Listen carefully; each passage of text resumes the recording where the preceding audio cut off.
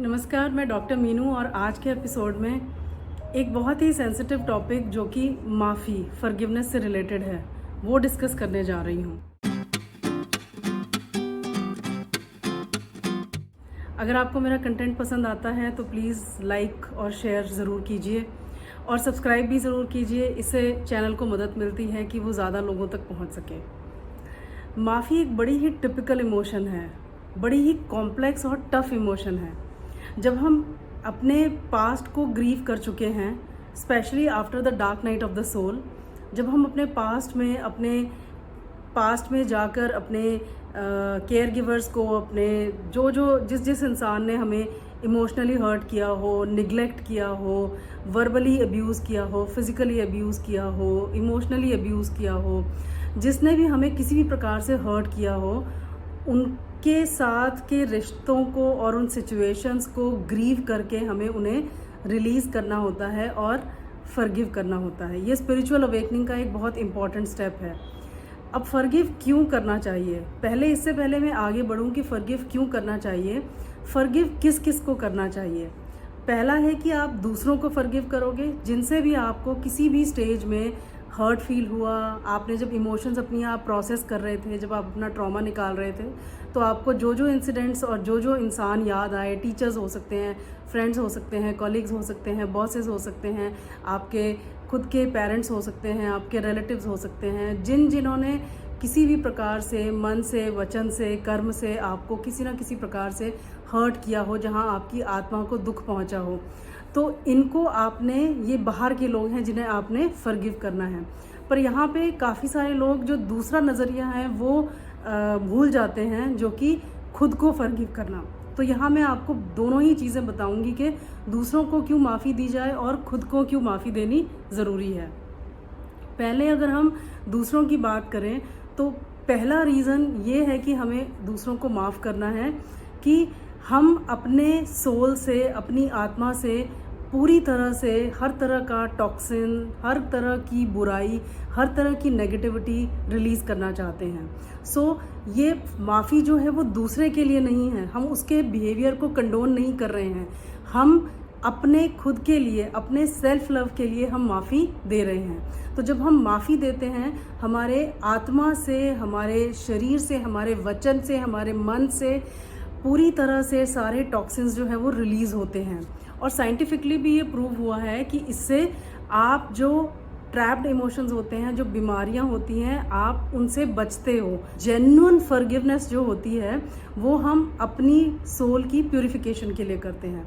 दूसरा रीज़न जो है वो ये है कि जब हम रिजेंटमेंट में रहते हैं, ब्लेम में रहते हैं, दूसरे इंसान के बारे में जब भी हमारे मुंह से कुछ निकलता है तो बुराई निकलती है, क्योंकि हम अपनी एनर्जीज हमारी वहीं स्टक हो गई हैं, हम वहीं रुक गए हैं। बॉडी हमारी मूव कर चुकी है आगे, लेकिन हमारी एनर्जीज जो हैं वो वहीं पर स्टक हैं। तो उन एनर्जीज को, क्योंकि वो स्टक हैं, बॉडी आपकी आगे आ गई है, आप नई नई चीज़ें मैनिफेस्ट कर रहे हो, लेकिन आप बिहेवियर्स क्या मैनिफेस्ट कर रहे हो, वो सेम बिहेवियर जहां आपकी एनर्जी स्टक है। अगर आपको किसी ने दिल दुखाया था, आप प्रोसेस करके आप उन्हें माफ़ी देकर आगे नहीं बढ़े, तो उसी प्रकार के लोग, सिचुएशंस, जॉब्स और जो भी एपिसोड्स हैं आपकी लाइफ में, वही इवेंट्स जो हैं वो रिसाइकिल होती हैं, रिपीट होती हैं। बॉडी आपकी आगे बढ़ चुकी है, लेकिन आपकी एनर्जीज वहीं पर स्टक हैं। तो अपने अगेन सेल्फ लव के लिए, आप अनस्टक होने के लिए माफ़ी देते हैं। ये दूसरा रीज़न है। और अगर हम बात करें कि हमें खुद को क्यों माफ़ी देनी है, क्योंकि ये बड़ा स्ट्रेंज सा लगता है कि दिल उसने मेरा दुखाया, दुखी उन्होंने मुझे किया, अब्यूज़ उन्होंने मुझे किया, तो मैं खुद को क्यों माफ़ी दूँ। इसकी भी 3 वजह हैं। पहली वजह ये कि जब हम खुद को माफ़ी देते हैं तो हम बेसिकली ये अकाउंटेबिलिटी और रिस्पॉन्सिबिलिटी लेते हैं कि मेरे बिहेवियर में कुछ ऐसा था जिसकी वजह से वो इंसान ट्रिगर होता था, जिसकी वजह से उसके जो अनहील्ड ट्रॉमा हैं वो सरफेस पे आते थे। जब भी आप लगा लीजिए कि कोई इंसान आपको एब्यूज़ करता है, आपकी गलतियां निकालता है, आपको ब्लेम करता है, आपकी कमियां निकालता है, तो बेसिकली वो उसके पास्ट के चाइल्डहुड ट्रॉमाज हैं, उसके केयर गिवर्स ने उसे ऐसे ट्रीट किया है, या टीचर्स ने ट्रीट किया है या फ्रेंड्स ने, किसी ने भी, जो उसने ट्रॉमास जो उसके अनरिजॉल्व हैं, तो वो अपनी जो ट्रॉमास है वो आपके ऊपर प्रोजेक्ट कर रहा है। फॉर एग्जाम्पल, अगर आप बहुत ज़्यादा ऑनेस्ट हैं और बचपन में किसी बच्चे को उसके फादर ने मारा पीटा ये कह के कि तुमने 4 रुपये क्यों चुराए, 5 रुपये क्यों चुराए, ठीक है, तो वहाँ पे उसे उसकी ऑनेस्टी जो है वो बहुत हर्ट हुई और वो उसे रिजॉल्व नहीं कर पाया, उसे रिलीज़ नहीं कर पाया। तो आज वो जब भी ऑनेस्ट लोगों को देखेगा तो उसे बहुत इरिटेशन होगी, उसे वही ट्रॉमास अपने याद आएंगे कि मेरे फादर ने मुझे, और ये कॉन्शियसली याद नहीं आते हैं, ये सब कॉन्शियस ब्रेन को याद आते हैं और इसीलिए काफ़ी कुरेदना पड़ता है हमें अपने पास्ट को। सो आप अपने आप को इसलिए माफ़ कर रहे हैं क्योंकि आपके बिहेवियर में कुछ था जो उस इंसान की इनसिक्योरिटीज़ को ट्रिगर करता था, उसके ट्रॉमास को ट्रिगर करता था, और उसके लिए आपको खुद को माफ़ करना बहुत ज़रूरी है। दूसरा रीज़न जिसकी वजह से आपको खुद को माफ़ करना बहुत ज़्यादा ज़रूरी होता है वो ये कि आप उस सिचुएशन में, चाहे 1 दिन रहे, चाहे 2 दिन, चाहे 1 साल, चाहे 10 साल, आपको अपनी ये अकाउंटेबिलिटी और ये रिस्पॉन्सिबिलिटी भी लेनी ज़रूरी है कि आप वक्त से ज़्यादा उस सिचुएशन में रहे। रीज़न कुछ भी हो सकता है रहने का।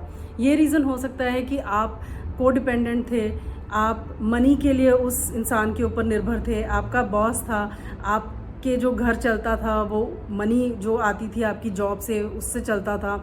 सो कोई भी रीज़न हो सकता है। रिश्ते में थे आप, कल्चरली आपको लगता था कि इस रिश्ते से निकलने से लोग मुझे जज करेंगे, मेरी आइडेंटिटी ही ये रिश्ता है। सो कुछ ना कुछ कोडिपेंडेंसी आपके अंदर थी, वो चाहे पैसों की हो, चाहे कल्चरल नॉर्म्स की हो, चाहे घर वालों की मजबूरी हो कि घर वाले आपको सपोर्ट नहीं कर पा रहे हैं, कुछ भी रीज़न हो सकता है। सो आपको वो अकाउंटेबिलिटी लेनी है कि मैं जिस रिश्ते को या जिस सिचुएशन को मैं जल्दी छोड़ सकता था, मैंने उसे कंटिन्यू होने दिया, तो मैंने परमिशन दी, इनडायरेक्टली मैंने उस इंसान को, उस सिचुएशन को परमिशन दी कि यू कैन अब्यूज़ मी। सो यहाँ आपको खुद को माफ़ी देना बहुत ज़रूरी होता है। और सबसे आखिरी रीज़न जो माफ़ी देने का है वो ये है कि ये यहाँ से तो शुरू नहीं हुए हैं पैटर्न्स, इस लाइफ टाइम से तो शुरू नहीं हुए हैं। ये अंडरस्टैंडिंग करनी बहुत ज़रूरी है कि कहीं ना कहीं पास्ट लाइव्स में इसकी शुरुआत हुई है। मुझसे कुछ ना कुछ ऐसा हुआ है जहाँ मैंने इस इंसान की एनर्जीज़ को बहुत हर्ट किया है, जैसे ये आज मुझे हर्ट कर रहा है। इसकी शुरुआत पिछले किसी पास्ट लाइफ में हो चुकी है और ये सोल कॉन्ट्रैक्ट है। हम नीचे यही रिजॉल्व करने आए हैं और इसीलिए मुझे उसे माफ़ करना और मुझे खुद को भी पुराने जो मेरे कर्माज हैं, जो कार्मिक डेट हैं, जो मैं अभी चुका रहा हूँ या चुका रही हूँ, वो चुकाते हुए मुझे अपने आप को पास्ट एक्शंस के लिए माफ़ी देना बहुत ज़रूरी है। माफ़ी एक बहुत ही ब्यूटीफुल कॉन्सेप्ट है। किसी और एपिसोड में मैं आपसे डिस्कस करूँगी हो'ओपोनोपोनो। ये एक हवाईयन प्रेयर है। I am sorry, please forgive me, thank you, I love you. जब आप इस प्रेयर को रिपीट करते हैं, I am sorry, please forgive me, thank you, I love you, ये आपको बहुत मदद करती है दूसरे को भी माफ़ करने में और ख़ुद को भी माफ़ करने में।